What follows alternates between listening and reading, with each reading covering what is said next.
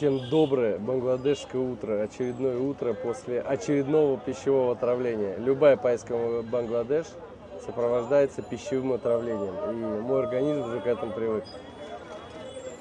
Мы сейчас движемся в соседний, можно сказать, штат, это 200 километров отсюда. Едем мы не на автобусе, едем мы на рикше. Ждем сейчас еще 2 человек, 2 есть, еще нужно 2.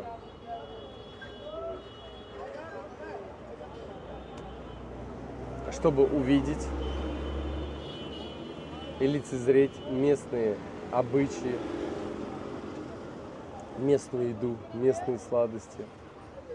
Если присмотреться, через лобовое стекло видно, стоит дед, и у него поводки с баранами, с козами. И у этого дедушки есть платок, какая-то шаль. То есть он только что протер козу полностью этой шалью. Я просто стою, наблюдаю за ним. Тут же вытирает лицо после козы. Мы решили не ждать, а заплатить за еще одного пассажира $1,5 и ехать. А то можно сидеть, в принципе, весь день еще здесь, ждать этого человека.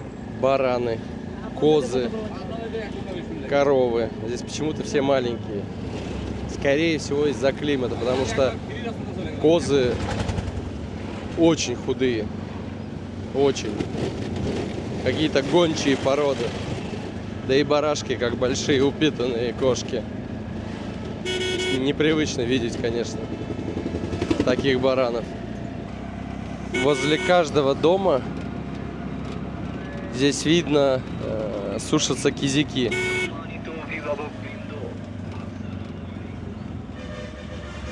Так как по вечерам здесь холодно, ну и вообще в зимний период,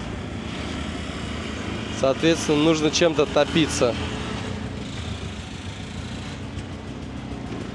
Ну, естественно, не мужское это дело. Этим занимаются женщины. Здесь вся грузовая спецтехника, фуры, дальнобои разрисованы точно так же, как и в Индии и Пакистане. Общая история. Все везут куда-то скотину. И очень много ее везут.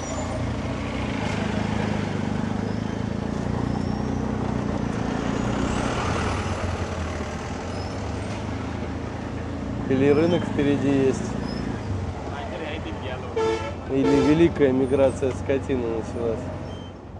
Ну а здесь случилась авария.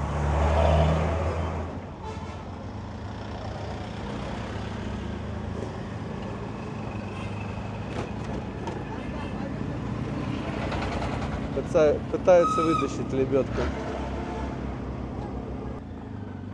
Впервые за все время я в Бангладеше увидел слона.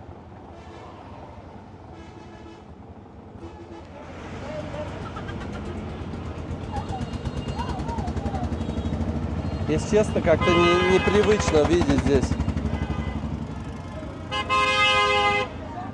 Данная деревня, судя по количеству сена, занимается его заготовкой. И здесь очень жестко прям пахнет навозом. Его сушат не только для себя, но и также на продажу. Он стоит недорого, но все равно есть у других нужда в нем.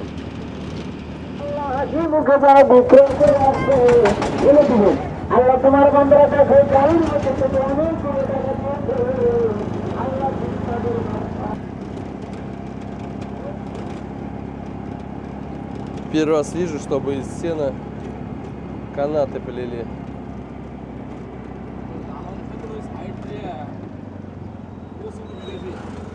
Да и вообще многие вещи впервые вижу здесь. Еще хотелось бы отметить то, что вот в Бангладеше я вижу большое количество людей с кожными заболеваниями. Какие-то бородавки, какие-то нарывы, какие-то пятна много.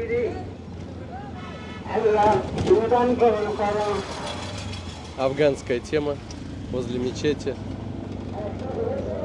Спрашивают деньги. Это уже второй за Последние 5 километров нам попадается.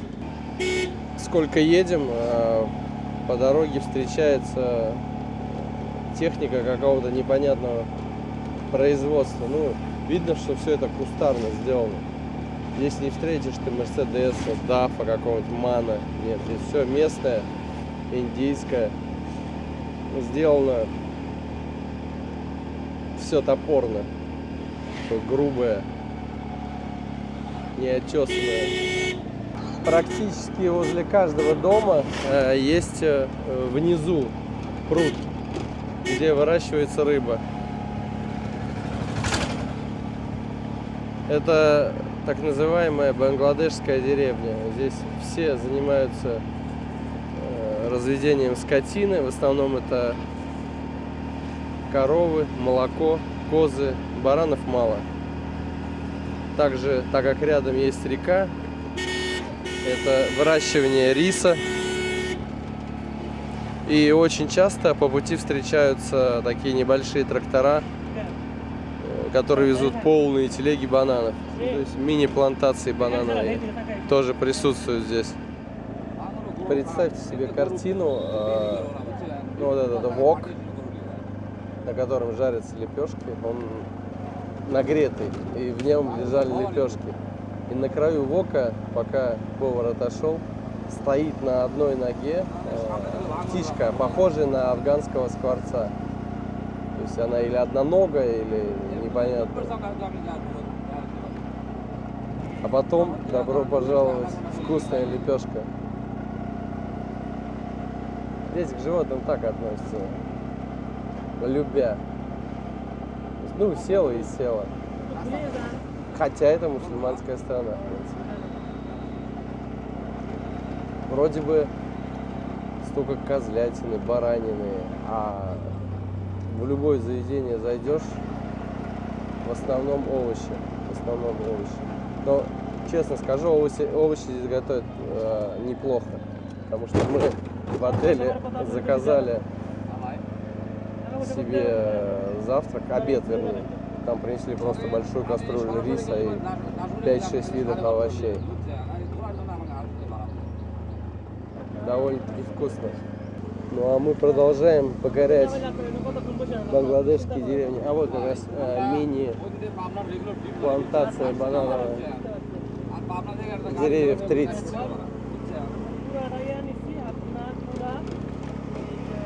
Мечеть небольшая.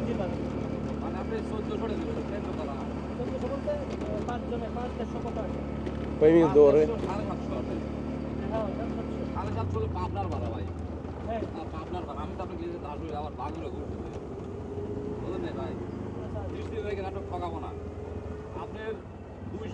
В общем, все что-то выращивают. Без дела здесь никто не сидит. От детей до стариков.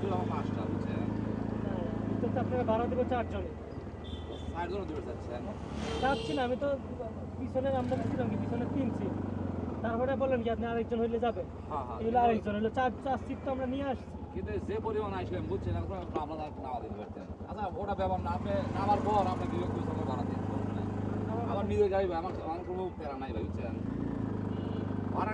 Местные огороды, чистые и ухоженные. চার সিট নিয়ে সিট আপনি বলেন যে সিট চার সিটের ভাড়া এসে বলে আপনি তাও 1300 টাকা এসে যাবে। Какое-то болото, но эти болота любят местные буйволы. Им жарко, не залазят всем телом, плавают и едят. Сушка риса. Я так понимаю, что вот эти стога — это рисовая солома.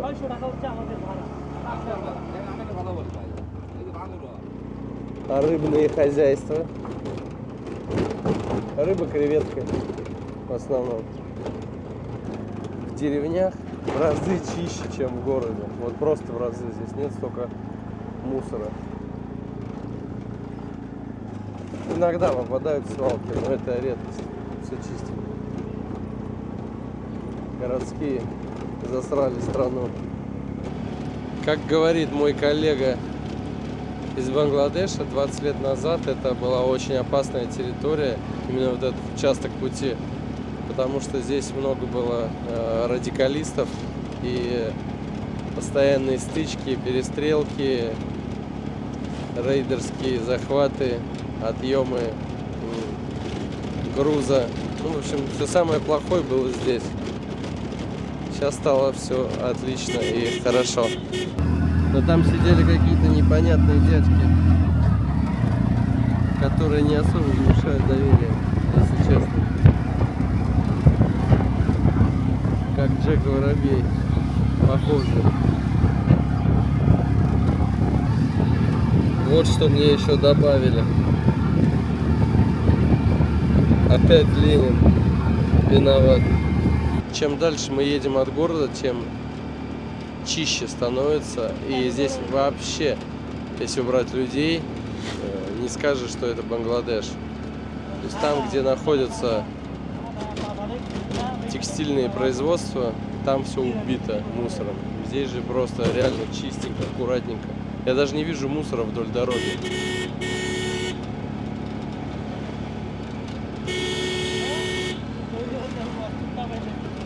Когда твою страну используют как дешевую рабсилу. Дака, город, живой пример. Так ушатать столицу, это надо умудриться. Попросил остановиться. Смотрите, какие большие палочки. Похожи на шампура с шашлыком, но это не так. Это обыкновенный кизяк вот в такой интересной форме, который будет зимой использоваться для обогрева. Почему кизяки сушат на палочке, я узнал. Это удобно, потому что занимает мало места. Все. Единственное объяснение. Половина пути мы проехали, и опять начинаются качели с водителем рикши, потому что договариваешься на одну цену, приезжаешь, цена почему-то увеличивается. Ну, как всегда бывает. Пересели в автобус, он в разы удобнее. Уже сделали одну остановку. И оказывается, мы остановились на месте, где строится атомная станция. Может быть, хоть одно русское лицо увижу. Тоже соскучился. Родненькое что-нибудь увидеть. И уже сколько раз замечал по себе, когда заболеваешь там.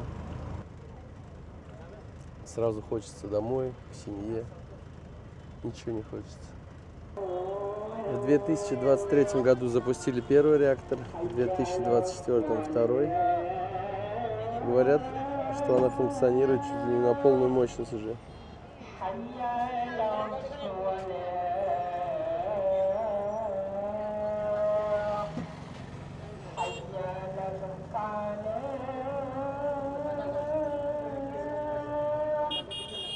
Интересно, как ты поет.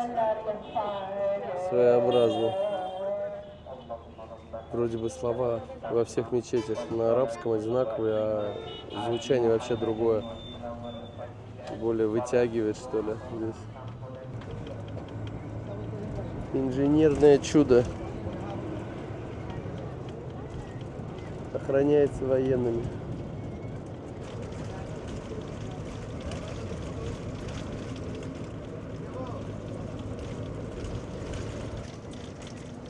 Я так понимаю, что здесь где-то есть производство керамики, потому что глиняные горшочки раскрашенные сушатся.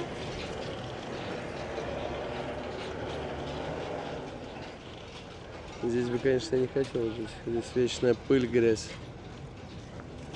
Местные жители, наверное, с ума сходят здесь от такого количества грузовиков.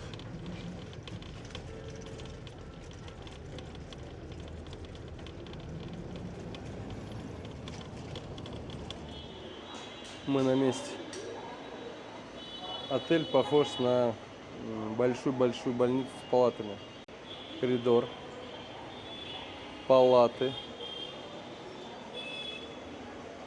Так, вот наша 310-я. Ну и дальше то же самое. Самое интересное, что как-то мечеть оказалась в этом же помещении, где и отель. То есть мы практически возле мечети живем.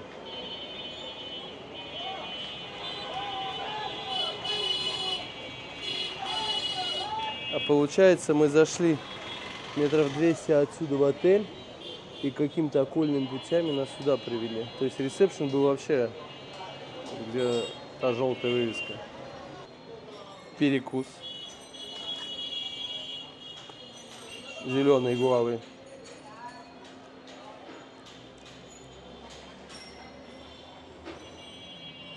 Здесь лучше есть овощи. Доказано. Овощи и фрукты.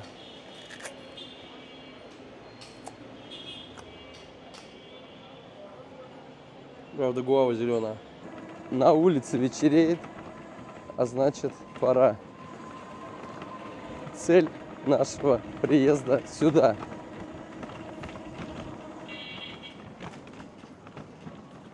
Как нам объяснили,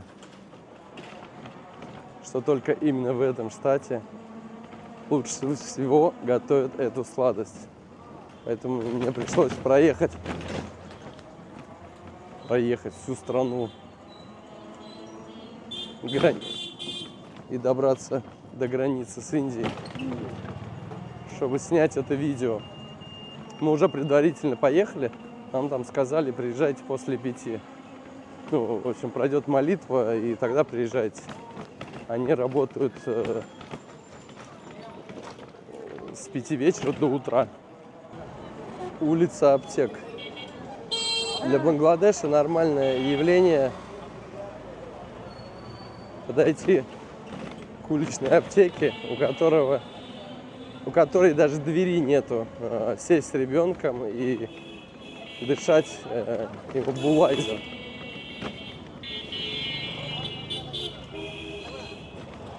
Прям тут же замерить давление.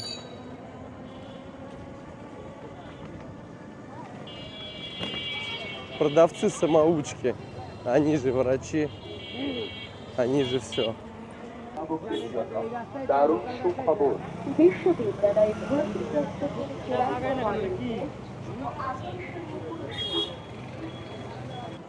Наш драйвер едет какими-то окольными путями, потому что мы днем туда ездили намного быстрее. Трафик вечером, конечно, побольше, поплотнее. Нас все приветствуют. Не частый гость здесь белый турист.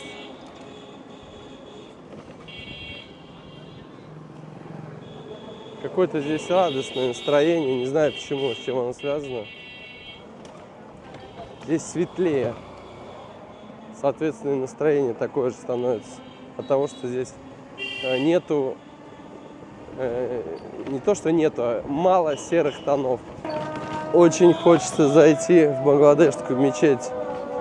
Их здесь столько много. Я стараюсь всегда зайти в мечеть в каждой мусульманской стране, посмотреть внутреннее убранство. С горем пополам мы нашли этот цех. Здесь вся улица вообще занимается производством этой сладости. Она называется бай-бай. Брат-брат, что-то вот так переводится. Готовят ее на дровах. Эта сладость есть в каждом доме. Без нее не проходит ни одна свадьба. Если вы не попробовали в жизни эту свадьбу, по бангладешским обычаям свадьбы не должно быть. То есть ее обязательно нужно попробовать и вкусить. Кто не попробовал бай-бай, тот не понял жизни. Поэтому ее готовят здесь в огромных количествах. И нету жизни без бай-бая. Естественно, цех весь закопченный, темный, со светом здесь бедовая. Но в этом районе мы сейчас проезжали, стоят интересные не могилки, а какие-то захоронения. Я спросил, чьи это? Они прям вот типа мини-замков таких. Объяснили. В общем, относятся они к индусам, каким-то даже доиндусам. То есть очень красивые могилы. не мусульманские стоят, а отдельный садик такой огороженный. Смотрится, конечно, мощно, но зайти туда нельзя было, поэтому прорываться я не стал.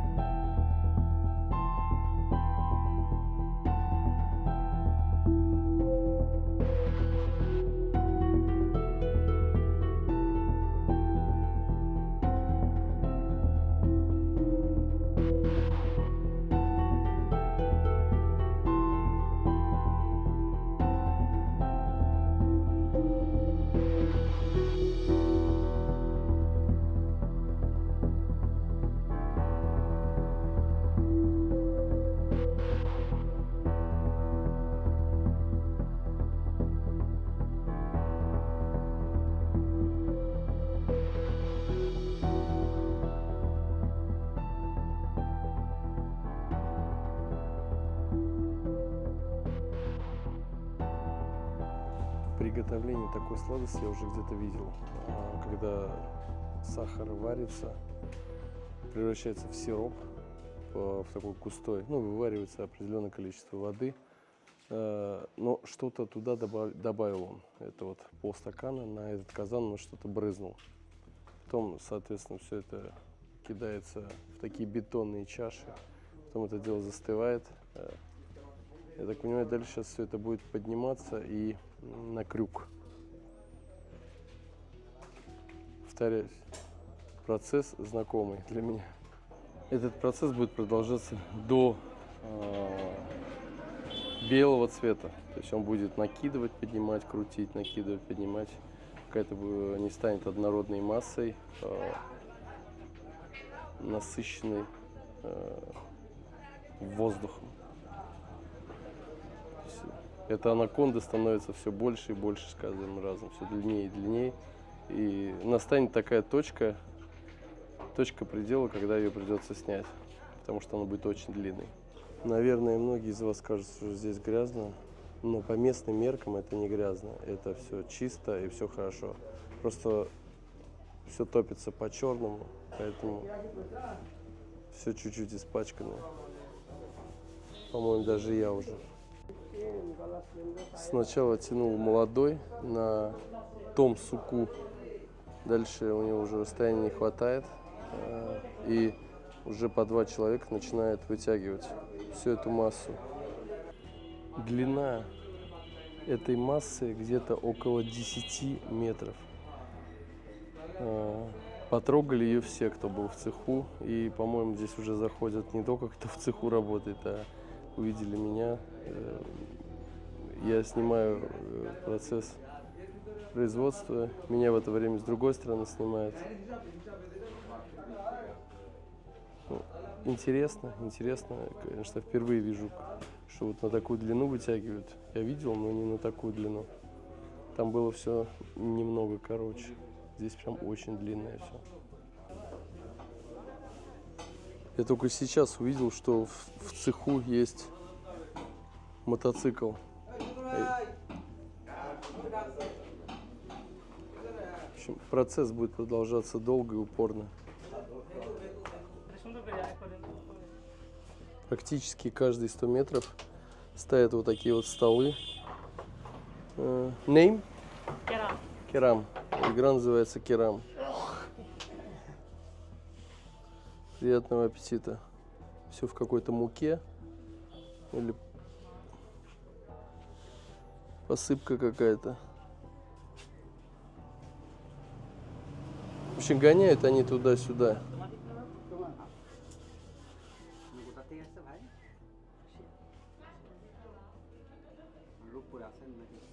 Типа бильярда, но не бильярд.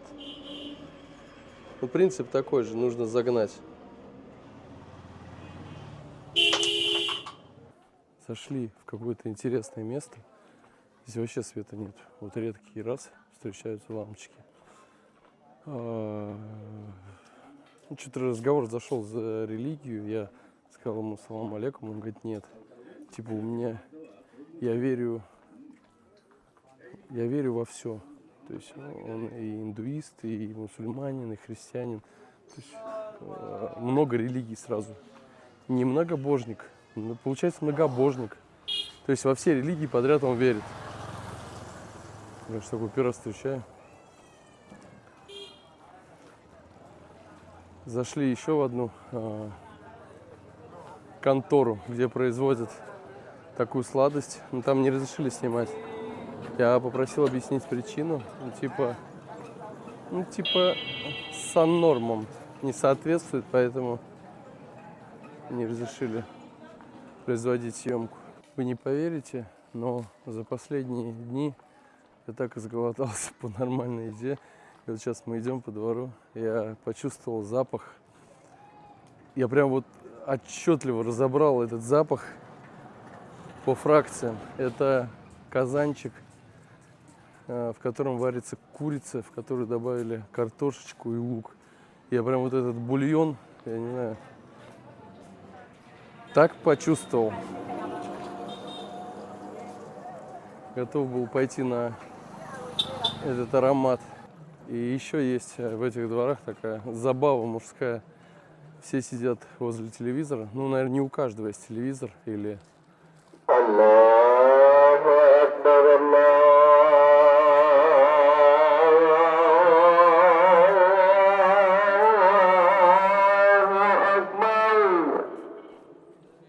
Молитва начинается.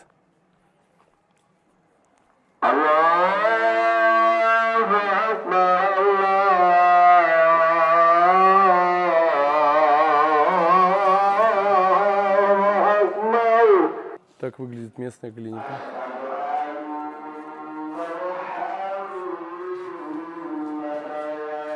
Зашли еще в один какой-то цех. Здесь тоже готовят сладости. Что-то из муки. Белое, сладкое и вкусное. Здесь уже что-то другое готовят.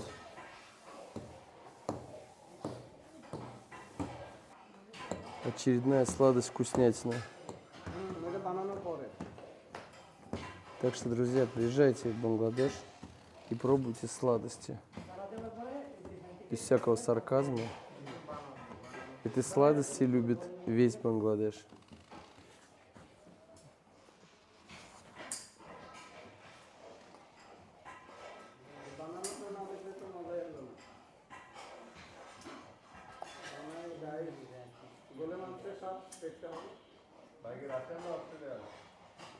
Выглядит аппетитно, по крайней мере. Хотя я не любитель сладкого, но...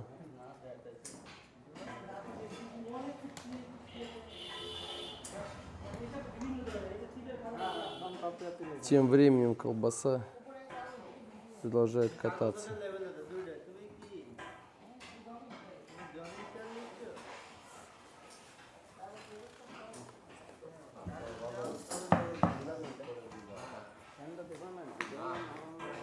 Надо покидать данное заведение, здесь очень жарко, здесь даже не продувается. Я прям сейчас стою, весь обливаюсь. Ну, смысл понятен. Это то, что они на том столе делали. Там уже готовую продукцию они делят на части. Здесь они ее просто тянут. И потом вот так складывают. Так и не договорил. Вечером мужики собираются в кафешках, сидят, пьют чай. Не у всех, видно, дома есть телевизор. Смотрят новости. Ну и общаются, обсуждают. Не буду говорить, кто был на экране, кого они обсуждали.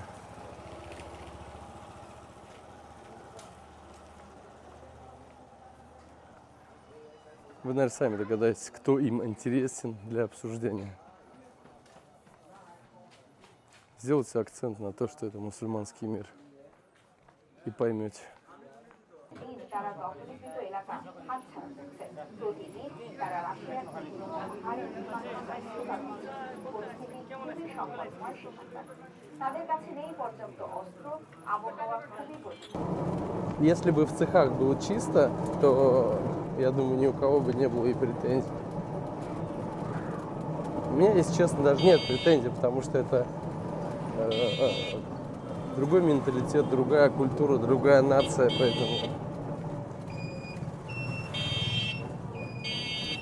поэтому кашеварят, готовят в своей стране так, как им удобно. У них свои нормы, свои стандарты. А я только смотрю и любуюсь. Я так не попробовал эту сладость. Я просто не любитель сладкого. Но это стоило того. Интересно, конечно, интересно. Вроде бы едем, макароны продаются. Где их готовят, вообще непонятно. Все продается, но в кафе ты этого ничего не найдешь. Ни в одном. Только рис, рис, рис. Может быть, дома готовят?